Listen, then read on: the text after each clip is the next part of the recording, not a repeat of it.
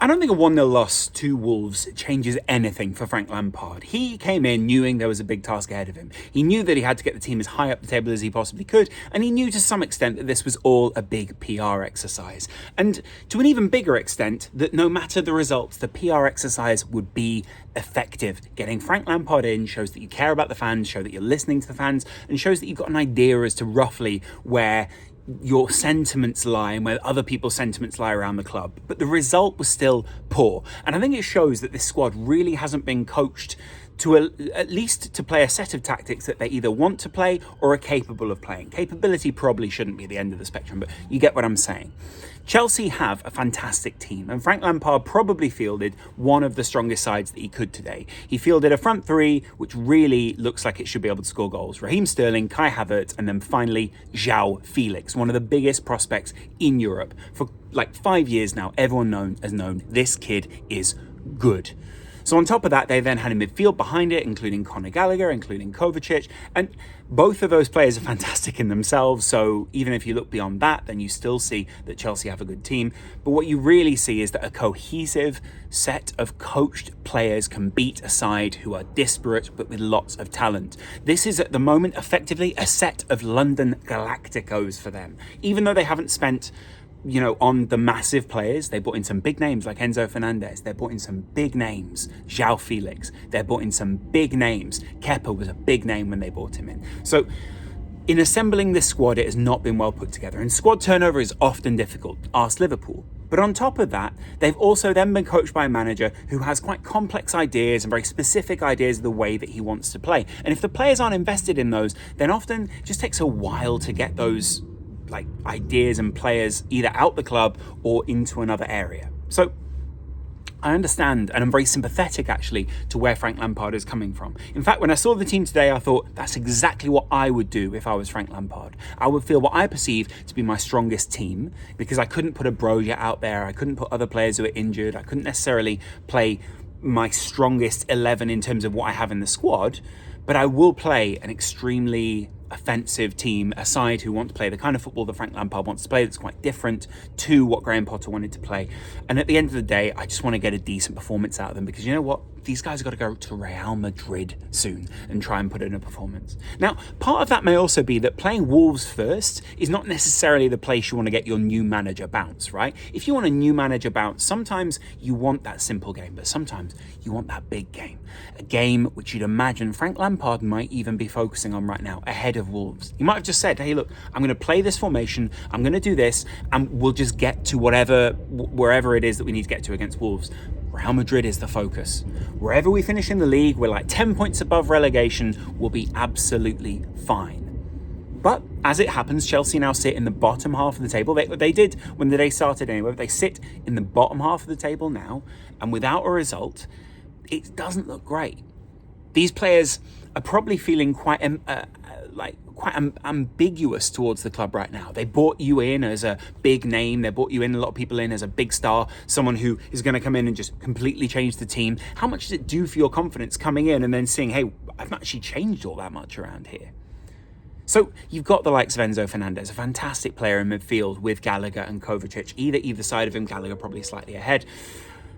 And I'd imagine that Frank Lampard's coaching isn't as complex as the likes of Graham Potter or even some other managers that Enzo will have been managed by. So I imagine that it was quite a culture shock or a culture change, should we say, when you bring someone like Frank. Now, some people said on my recent video where I was sort of mocking the idea that Frank Lampard was coming back to Chelsea and how that shows that the club really isn't in a particularly good position to win or move forward at the moment. But also, I sort of playfully understood Frank Lampard is a club legend. He deserves a level of respect. He's a very smart man. His IQ is extremely high. But when people flag to me, hey, Lampard's a smart guy, you shouldn't mock him. Smart doesn't mean good, by the way. I got A's at GCSE, I did well in my A levels, I got a first class degree. None of that means anything. And if I start quoting that sort of stuff at you, what do you think I am? It doesn't change anything about what you think we can achieve together. Sure, maybe you slightly perceive me differently because you think, oh, I'm surprised that guy got a degree of any sort. It was in media, by the way, so it's not like it's particularly good. I mean, it's a good degree, but, some people might look down on that, is what I'm saying.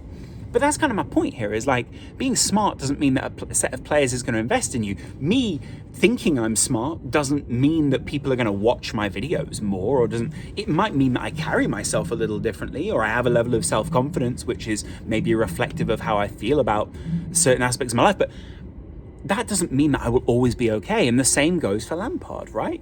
If you're Frank Lampard, then you probably have a level of confidence. There is probably a level of confidence around you in the game. But let's face it, you're in there because you're a Chelsea guy. You're not in there because of the other things you've achieved within the game. And in fact, you're probably better suited to keeping Chelsea in the league than you are to getting Chelsea to go up.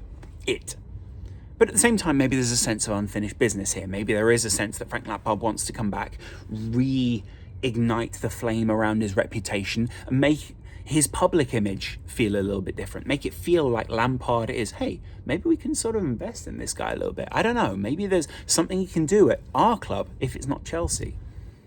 Of course, a 10-week manager is something I discussed with James Orcott. And what you really need with that is someone who comes in, injects a bit of something into the club, is very sure about what they want to do, gives the players a sense of purpose, comes in, puts his arms around the big guys and just says, we're going to achieve something here, and gets you to the place you want to be. And that is why I'm not judging his Wolves performance. Wolves have a very high quality midfield. They have a very high quality manager, and they've gotten rid of a manager who wasn't playing them in a decent formation and now is playing them in a decent formation, maybe reflective of also what Chelsea should or would like to be doing. And on top of that, it seems that the players are invested in that. It seems that the players have a level of investment which is beyond what Chelsea currently have. Chelsea just sort of seem like, and this is kind of similar to America, right? You have teams who do things which is basically you bomb the league, or you sort of, you don't do very well because you want to get a good draft pick, right? So you basically crash your season to get lower down. And within that, sometimes that can be good because it means you get a really good player. You draft someone who's exceptional, but you don't get that if you're Chelsea. But what I mean by that is it changes the mentality when your team don't do well. When your team aren't particularly performing on a high level, then you basically go, well, we don't have a culture of excellence here. We don't have a culture of success. Lampard has to come in and try and instill that in some way. So again, I'm kind of empathetic towards that. But it doesn't fill me with confidence, should we say, if I'm a Chelsea fan looking at the Real Madrid result to come and thinking, what are we doing here then? Because when Tuchel came in after Lampard, it was clear that Lampard was underutilising the squad. When Lampard came in after Graham Potter, it was almost clear that the squad weren't utilising Graham Potter. So this is a short-term interim performance. Should we even be evaluating Frank Lampard in this period? Should we even be evaluating Chelsea in this period? Have they not just written off the rest of the season and gone, we are now PRFC from here on out? Some Chelsea fans may say that is a little rude, but you are only as good as where you sit in the league. Liverpool are only as good as where they sit. Chelsea are only good as where they sit. Newcastle are as good as third place in the league right now. They're above Manchester United. They deserve to be where they are, down to hard work and tactics. Weirdly, I sort of care about Chelsea a little bit. I don't know why, because I'm a Liverpool fan, but I go to Chelsea quite a lot. I go and see quite a few of their games. I try and go and see as many London clubs as possible. I go to quite a few Chelsea games. And Chelsea fans are good at those games. They deserve a level of something that isn't this, you know? It always felt like Roman Abramovich at least matched them in terms of what he was willing to do, even if what he was willing to do deserves some social criticism. It was like Frank Lampard still, he deserves better as well from the players. And that's why the fans care about him. And there's kind of this overall feeling that things should be better. And that's it, right? Like, you can put your finger on 10 different areas at Chelsea where things should be better. But that's where the sense comes. That's where we're all sitting around and going, that's why this is funny, is because you've invested a lot of money. You have a lot of quality players. You just lack this guy to build around. And here's the thing. Chelsea don't want a short-term guy. I was suggesting someone like Carlo Ancelotti. I was suggesting people who could come in and just steady the ship for a little while. They want a manager. They want someone who is going to give you a dynasty. Or a dynasty, depending on where you come from. So they're not looking for your normal sort of, hey, off-the-rack manager here. They're looking for the very top-level magazines. They're looking for the guys who are kind of coming in and go, this is what the club's going to become. And that's why Potter got the job. Lampard ain't that. Or maybe he is, but are we really going to Rio Ferdinand ourselves in this and sort of go, put the contract on the table, let him write it, do whatever? Do you know what I mean? Maybe not. Maybe, I don't know.